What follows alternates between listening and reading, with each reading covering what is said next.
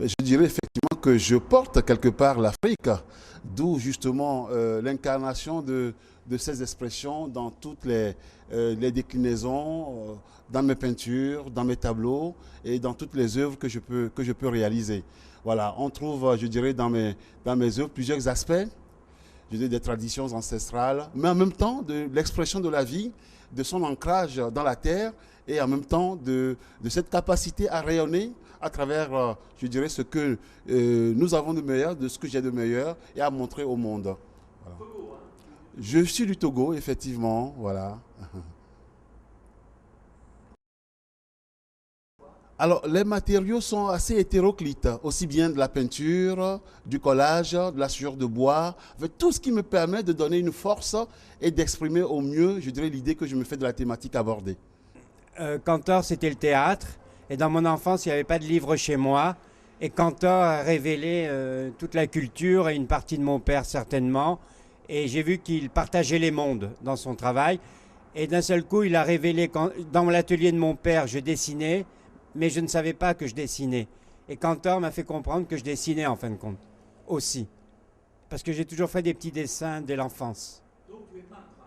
Oui, aujourd'hui, j'avais étudié le cinéma, mais je crois que les arts plastiques l'emportent, mais je filme en même temps. C'est très bizarre chez moi, ça. Ouais, j'ai fait l'école, j'avais été à l'école des Lumières, mais j'ai un besoin de filmer le monde comme si je sais qu'il va disparaître et que j'avais besoin de cette mémoire. Et ça fait des années que je filme, quoi. Comme si j'avais besoin de cette image. Et en fin de compte, je m'aperçois que j'ai filmé tous les gens, des peintres. Je filme beaucoup, j'ai filmé la banlieue, mais c'est presque physique chez moi de filmer. C'est physique, c'est un rapport au temps qui va disparaître. Et jusqu'à ma propre disparition et la disparition de Cantor qui disait je ne reviendrai jamais. Donc il y a toujours le rapport chez moi de la vie et de la mort en même temps. C'est un peu, enfin, ça m'a toujours intéressé. Je trouve que ça arrive à quelque chose d'universel. Le nu, ça peut être tout. C'est aussi le hasard parce que j'ai beaucoup peint le nu quand j'étais aux Beaux-Arts et après je suis allée à la Grande Chaumière et je suis devenue le massier de la Grande Chaumière où on a du nu. Donc je peins du nu, mais pour moi ça c'est bien parce que je trouve qu'on ne peut pas tricher. C'est toujours le nu, ça n'a pas de. Enfin, on ne peut pas tricher, ça a un équilibre, ça tient debout, ça représente beaucoup de choses. Quelqu'un d'habillé, c'est pas pareil, je trouve. Pour moi, ça représente tout, la vie des gens qui sont là comme ça et qui sont nus. Mais ça n'a pas tellement d'importance, ça pourrait être autre chose. Je trouve qu'on peut peindre. Pour moi, on peut peindre n'importe quoi.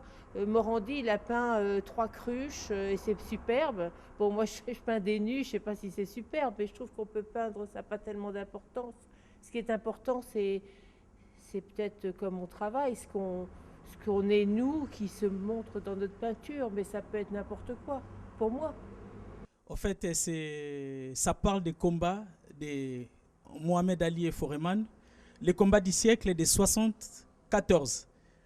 Au Congo, c'était à l'époque l'ex-Zaïre. Donc, ce qui est l'ex-Zaïre, à l'époque, c'était les Zaïre. Donc, c'était le combat du siècle et qui parle beaucoup qui a regroupé, si vous voulez, l'imaginaire collectif ou l'intimité collective entre l'Occident et l'Afrique. Parce que c'est un combat qui a été suivi partout dans le monde. Et en ce moment-là, on voyait l'audace de Mohamed Ali et d'un côté la force de Foreman que les Occidentaux connaissaient déjà. Et ils disaient que Foreman allait écraser Mohamed Ali comme il avait fait déjà avec Joe Frazier. Et en même temps, là, on va voir que les Congolais, ils croyaient à Mohamed Ali. Et ils se disaient que Mohamed Ali allait écraser Foreman. Et c'est ce qui s'est passé. Et en même temps, ce que je parle comme leçon dans ces tableaux, en fait, c'est les côtés que j'ai trouvé intéressants quand Hergé, dans son album des Tintins, il essayait d'expliquer comment les Africains se moquaient un peu. Au lieu de dire il bafouait, comment dirais-je, monsieur, au lieu de dire monsieur. Et à un moment donné dans ces combats, il y a eu les Occidentaux qui disaient Ali Boumier au lieu de Ali Bomaye. au lieu de Ali Bomaye. Et voilà, donc c'est ce que j'essaie un peu d'expliquer, que d'un côté, les Occidentaux s'est moqués, d'un autre, les Congolais se posaient aussi des questions. En fait, c'est vice-versa, pour dire qu'il n'y a aucune culture qui peut mieux appréhender la culture de l'autre, mieux que... Donc, qui peut mieux appréhender les autres cultures, mieux que les gens du pays. Donc, c'est un peu ça. Donc là, je parle de l'époque et d'aujourd'hui, puisque là, il n'y a pas longtemps, il y a les 70 ans de Mohamed Ali. Donc, il y a eu les regroupements parce qu'aujourd'hui, il fait partie de l'imaginaire de tous les boxeurs du monde, des motivations. Et là, j'ai fait une sorte de transmutation de ces combats-là de boxe dans les combats qu'on a en permanent dans la vie. C'est les combats permanents qu'on a dans la vie. Et dans tout ce qu'on fait dans la vie, les travails, les transports, on court tout le temps. Et les rapports avec l'autre, c'est comme si on est dans un combat permanent. Et c'est ces combats-là qu'on voit. Et on reçoit les coups sans les savoir dans tout ce qu'on fait dans la vie. Et inconsciemment, on rend aussi les coups. Donc ces tableaux, en fait, expliquent cette intimité collective qu'on peut partager sans les savoir. Et on trouve dans tous les pays, dans toutes les cultures, chez tous les êtres humains. Écoute, nous sommes sur la rive gauche. Déjà, nous sommes au musée des Arts Premiers, là, au musée du Quai Branly. Donc, nous sommes au cœur de la modernité. Là, les statuaires africaines ont révolutionné l'art contemporain. Il y avait un art conventionnel et circonstanciel. Actuellement, nous avons un art d'inventivité. Nous avons apporté un renouveau à la culture du monde. Ce sont des artistes de l'universel, voyons. Nous sommes sur le monde. Nous avons colonisé le monde, nos statuaires ont colonisé le monde, ont révolutionné toute la culture du monde, la musicalité du monde, la gestuelle du monde. Nous sommes là-dessus. Voilà des vrais enjeux de l'Afrique. Évidemment, je parle de Gorée. C'est vrai que je serais tentée de parler de cette déportation culturelle de 20 millions de Noirs qui sont partis en chantant le blues. Donc nous avons aussi une musicalité noire sur le monde, qu'on se le dise quand même. Voilà. Je suis polonaise d'origine, effectivement. Et pour moi, ma peinture vient de jardin, parce que je suis née dans un jardin, comme je le dis souvent. J'ai passé mon enfance dans un jardin absolument extraordinaire de mes grands-parents. Et je dis souvent que tout ce que je ne sais pas d'où ça vient, mais je suis persuadée que ça vient de là. Parce que j'ai observé pendant des heures en dessous, selon l'âge. Donc ça m'a inspirée et c'est souvent, justement, dans mes tableaux, il y a des fleurs, il y a le paysage. Là, on a des paysages. Là, c'est un fleur pour moi, que j'ai bien vu il y a des années. Mais chacun interprète comme il veut. Hein. C'est mon interprétation, c'est ce que je ressens quand je fais mes tableaux. Hein. Donc c'est souvent ces genres de sujets, voilà. Et sinon, bon, comme j'ai commencé à faire les dessins surtout comme l'enfant, déjà dans le bac à sable en fait. Et personne n'a rien dit, t'es gentil, donc je continuais. Et après, j'ai même fait des études d'architecture. Donc, on peut certainement voir dans mes tableaux l'influence. Hein. Je me rends compte, malgré le fait que je travaille très spontanément, on ne se rend pas compte, mais comme ça demande une préparation. Cette technique-là, parce que j'ai fait plusieurs techniques, beaucoup de dessins, d'abord des dessins, l'encre, etc. Mais dans cette technique, j'ai fait la préparation totalement, j'élimine totalement rationnelle.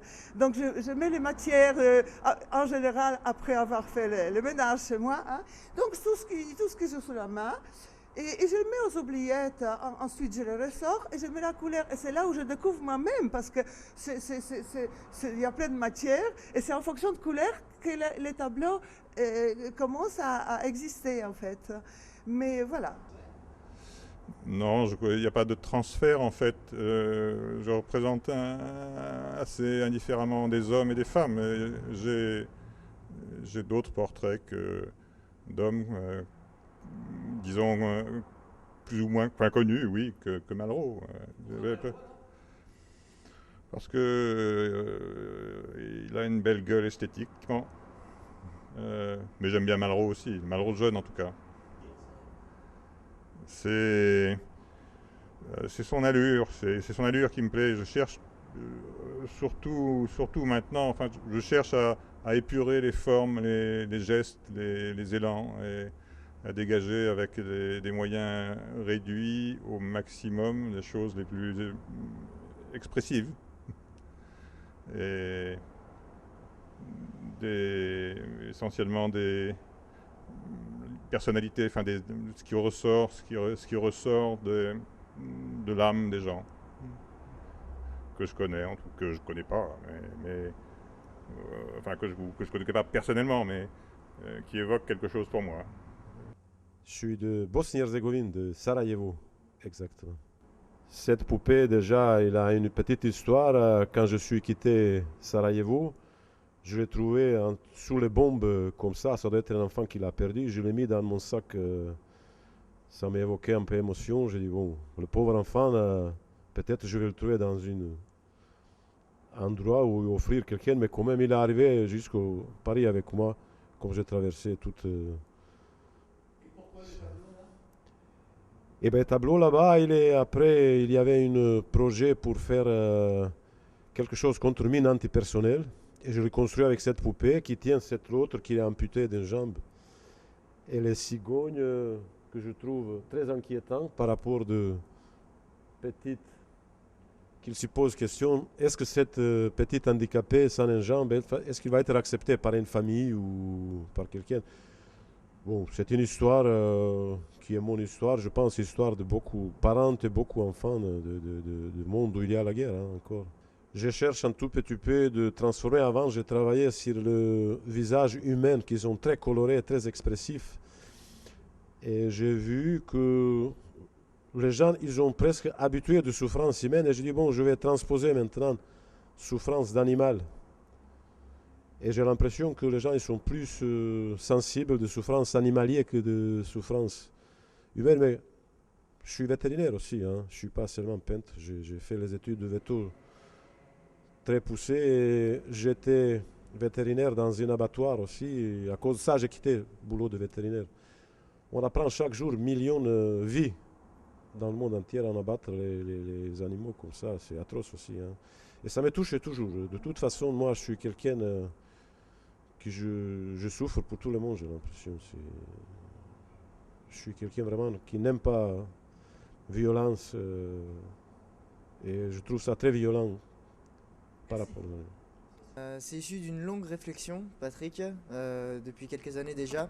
Une réflexion sur la matière, sur les matières naturelles, sur les matières artificielles que j'ai développées au fil des temps et je suis arrivé à cette fameuse biche qui est derrière moi, qui fait écho aussi au travail de mon père qui est naturaliste et écho à tous les voyages que j'ai pu faire en Afrique durant toute mon enfance.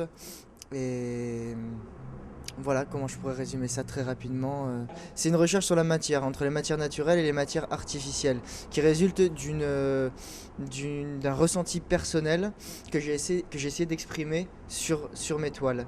L'objectif est de créer une harmonie, un juste milieu entre ces matières qui n'ont rien à voir ensemble, que j'essaie de pousser à l'extrême au maximum et que j'essaie de rassembler pour créer une harmonie. Tout simplement, je pense au travers de mes toiles, j'essaie de créer une harmonie entre les matières qui sont différentes pour créer une harmonie en moi. Parce que j'ai l'impression d'être à chaque fois d'un côté ou de l'autre de la balance. J'ai pas de juste milieu et je pense que c'est à travers ces toiles et ce travail, donc qui reste un travail très personnel, que j'essaie de trouver un juste milieu en moi.